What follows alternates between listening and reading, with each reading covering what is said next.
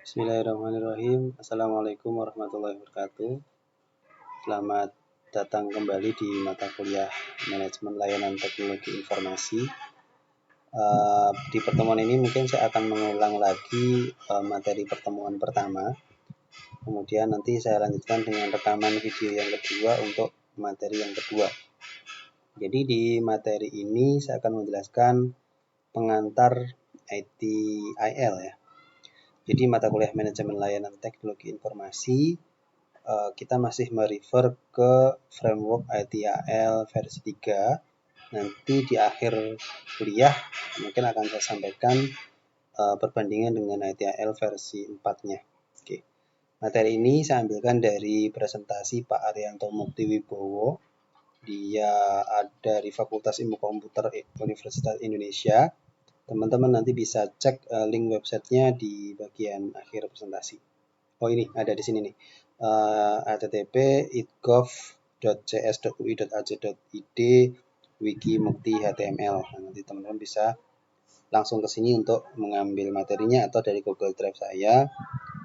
Tapi di sini ada banyak materi lain yang mungkin sangat cocok dengan jurusan sistem informasi. Oke. Materi ini bersumber dari Pak Arianto Muktiwibowo. Ini sumbernya dari publikasi resmi ITIL versi 3 yang berjudul An Introductory Overview of ITIL version 3. Oke, jadi di sini kita akan membahas tentang permasalahan-permasalahan, kemudian service management, apa itu ITIL, kemudian komponen ITIL dan daur hidup ITIL. Pertama, ini adalah permasalahan-permasalahan business manager dan IT manager. Jadi manager itu kita bagi menjadi dua, yaitu IT manager dan business manager. Business manager itu berarti selain IT manager gitu ya di perusahaan. Jadi ada beberapa permasalahan sebagai berikut. Yang pertama adalah perencanaan strategi IT dan bisnis. Masalahnya apa? Nggak nyambung antara IT-nya jalan kemana, bisnisnya jalan kemana. IT-nya merencanakan A, bisnisnya atau perusahaannya merencanakan B, nggak nyambung. Itu permasalahan yang pertama. Masalah yang kedua, mengintegrasikan dan menyelaraskan. Ini sama dengan poin 1. Kemudian, melakukan perbaikan terus-menerus, mengukur efektivitas dan efisiensi organisasi IT. Nah, ini mungkin saya highlight yang ini ya, mengukur efektivitas dan efisiensi organisasi IT. Ini di sebagian besar organisasi masih kesulitan bagaimana cara mengukur efektivitas dan efisiensi dari organisasi IT di dalam perusahaannya. Kemudian mengoptimalkan total cost of ownership dari expense ataupun investment di bidang IT. Kemudian mencapai dan menunjukkan return on investment. Nah, kalau kita bandingkan dengan investasi fisik, contoh perusahaan membeli mesin untuk memproduksi barang, dapat dengan mudah kita hitung nanti balik modalnya kapan nanti. Karena mesin tadi menghasilkan produk jadi yang akan dijual. Nah, sementara kalau investasi di bidang teknologi informasi, contohnya kita implementasi atau development suatu software, misalkan softwarenya harganya mahal, tapi dia tidak menghasilkan apa-apa. Nah, ini masih kesulitan untuk mengukur return on investment dari investasi di IT. Nah, di sini nanti ada materi khusus di jurusan informasi, manajemen investasi, teknologi informasi. Nah, nanti terpisah secara khusus ada mata kuliahnya. Kemudian selanjutnya ini masih sama dengan ini, menunjukkan nilai dari bisnis IT, mengembangkan kemitraan bisnis dan IT, meningkatkan keberhasilan proyek. Nah, ini juga perlu di-highlight bahwa menurut penelitian Gartner bahwa 60% proyek IT itu gagal. Ya, 60% proyek IT gagal. Kemudian kalau nggak salah 20%-nya itu berhasil tapi tidak dipakai dan seterusnya lah. Pokoknya yang perlu di-highlight adalah tingkat keberhasilan proyek IT itu masih rendah. Kemudian tentang isu outsourcing, insourcing, dan smart sourcing di IT. Kemudian menggunakan IT untuk mendapatkan keunggulan kompetitif, menyampaikan layanan IT yang berorientasi bisnis, ini masih kesulitan, mengelola perubahan bisnis dan IT yang senantiasa terjadi, dan mendemonstrasikan tata kelola IT yang sesuai. Nah, ini juga nanti ada mata kuliah khusus di semester 4 tentang tata kelola teknologi informasi. Oke, sekarang kita fokus ke mata kuliah kita, itu service management. Tujuannya adalah untuk memastikan bahwa layanan IT sejalan dengan kebutuhan bisnis dan secara aktif mendukung bisnis. Jangan sampai IT jalan ke kanan, bisnisnya jalan ke kiri, nggak nyambung, sehingga tidak saling mensupport. Nah, nanti kalau seperti itu, jatuhnya IT hanya sebagai tukang komputer atau tukang coding, tidak sebagai sesuatu yang mendukung perusahaan, padahal bisnisnya menjalankan bisnis di atas IT. Ya, semua program semuanya pakai IT. Kemudian layanan IT yang mendukung proses bisnis sangatlah penting, tetapi semakin penting juga bahwa IT bertindak sebagai agen perubahan untuk memfasilitasi transformasi bisnis. Ini maksudnya gini, teman-teman. Memang bisnis kita sudah atau perusahaan kita mungkin sudah menggunakan IT dalam bisnisnya. Ya, memakai aplikasi A, memakai aplikasi B, memakai infrastruktur A, memakai infrastruktur B, tetapi bisa jadi bisnisnya itu sendiri sebenarnya nggak paham dengan aplikasi A dan aplikasi B ini sebenarnya harusnya saya bisa apa, saya harusnya bisa mengembangkan bisnis ke arah mana. Nah, itu mungkin yang tidak difahami oleh rekan-rekan kita yang di sisi bisnis. Nah, disinilah IT perlu berperan untuk menjadi agen perubahan, ya. Di sini disebut sebagai agen perubahan untuk mengusulkan ataupun untuk menyadarkan teman-teman kita di sisi bisnis bahwa IT itu bisa begini loh. Nah, IT itu bisa menambah profit kamu loh, dan seterusnya seperti itu. Oke, sekarang apa itu service management? Oke, apa itu layanan? Layanan adalah memberikan manfaat. Jadi ketika kita ngomong layanan, maka itu artinya secara teoritis adalah kita memberikan manfaat atau nilai atau value bagi pelanggan. Pelanggan dalam hal ini mungkin karyawan lain selain IT, atau mungkin bahkan eksternal pelanggan atau pelanggan yang sebenarnya dari perusahaan kita. Memberikan manfaat kepada pelanggan dengan usaha untuk menyediakan atau memfasilitasi hasil yang diinginkan pelanggan ingin dicapai tanpa harus mengemban biaya dan risiko tertentu. Contohnya, hasil outcome. Staf penjualan menghabiskan lebih banyak waktu untuk berinteraksi dengan pelanggan. Idealnya seorang staf penjualan itu dia waktunya untuk berinteraksi dengan pelanggan. Nah, ini bagaimana secara IT? IT memfasilitasi layanan remote access yang memungkinkan akses trusted ke sistem penjualan perusahaan ERP, misalnya dari notebook staf penjualan. Artinya staf penjualan ini nggak usah datang ke pabrik, nggak usah datang ke kantor, juga nggak apa-apa. Dia lebih baik banyak berinteraksi dengan pelanggan dan kerjanya administrasinya dengan perusahaan dengan remote access. Nah, itu outcome-nya staf kita support dengan IT. Nah, maksudnya gitu. Hasil outcome adalah alasan kenapa customer membeli layanan. Jadi outcome atau hasilnya itu adalah sebuah alasan kenapa customer kita membeli atau memakai layanan kita. Gitu. Oke, selanjutnya tentang service management itu apa? Dalam buku ADL dijelaskan bahwa service management itu adalah seperangkat kemampuan khusus organisasi untuk memberikan nilai kepada pelanggan dalam bentuk layanan. Seperangkat kemampuan khusus organisasi, kemampuannya ini nanti macam-macam. Ada infrastruktur, ada aplikasi, ada orang, ada duit, dan seterusnya. Untuk memberikan nilai kepada pelanggan dalam bentuk layanan, ya. Nah, kapabilitas yang dijelaskan di sini, kapabilitas mencakup proses, cara atau metode, fungsi, peran, aktivitas, dan dari service provider. Oke. Sekarang kita bahas tentang konsep good practice. Good practice itu apa? Nanti akan dijelaskan.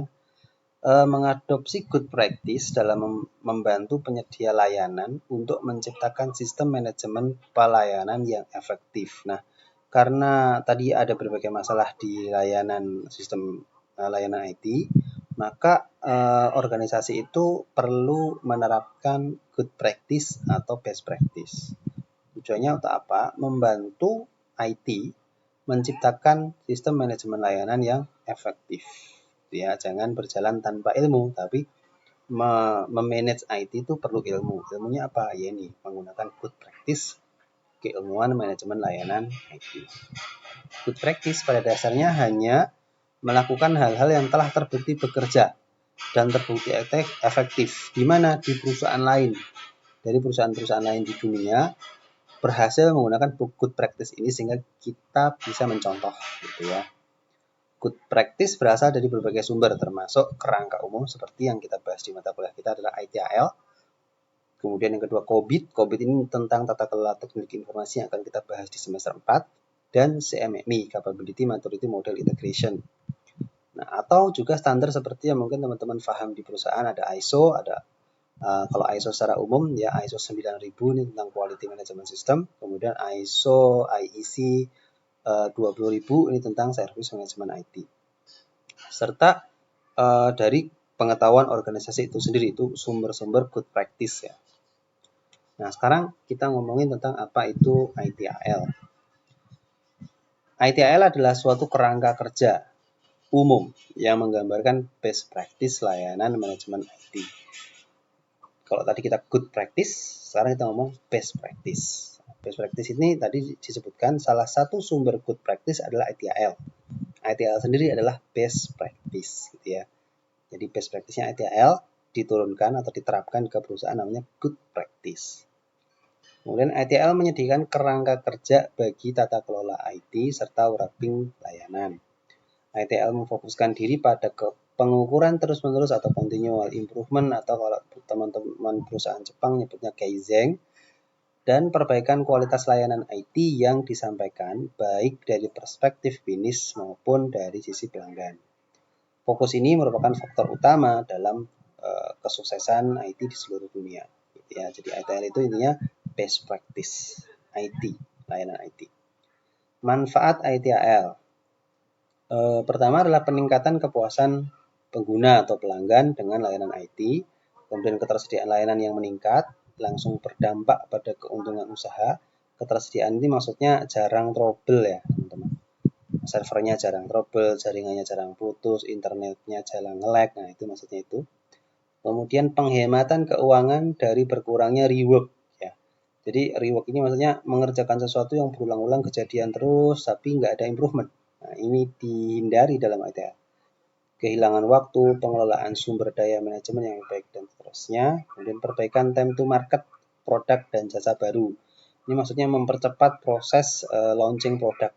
Ya, kemudian pengambilan keputusan yang lebih baik dan meminimalisir risiko dari sisi IT. Itu manfaat ITIL.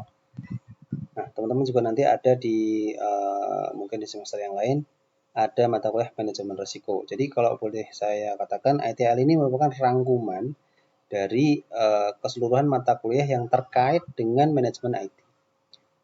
Nanti rangkuman ini akan dirangkum lagi di mata kuliah di semester 4 namanya Tata Kelola Teknologi Informasi. Ya. Sejarah mungkin saya tidak perlu bahas detail, intinya ini berasal dari pemerintah Inggris lalu dikembangkan ke internasional. Dulunya dipegang oleh Office Government Commerce dari Inggris, sekarang dipegang oleh Axelos. Nah, ITIL terbaru versi 4 dipegang oleh organisasi namanya Axelos. Teman-teman nanti bisa cek di websitenya Axelos. Nah, ITIL sendiri sebenarnya bentuknya cuma buku publikasi, dan dia ada publikasi inti atau core publication dan juga ada publikasi yang lain tambahan. Publikasi core untuk ITIL versi 3 itu ada 5, dari mulai service strategi, service design, service transition, service operation, dan continuous service improvement. Kesemua publikasi ini nanti akan kita bahas dalam mata kuliah kita insya Allah. Nah, ini publikasi pelengkapnya, ada banyak sekali, tapi kita tidak bahas publikasi pelengkapnya. Gitu ya. Nah, kemudian selanjutnya adalah menggambarkan daur hidup atau siklus layanan. Di paling kiri ada SKMS atau Service Knowledge Management System. Ini adalah semacam database atau tempat menyimpan semua informasi yang terkait dengan layanan IT. Di sini termasuk service portfolio dari IT dan service katalog dari IT. Nanti service portfolio apa, service katalog apa akan kita terangkan di kesempatan yang lain.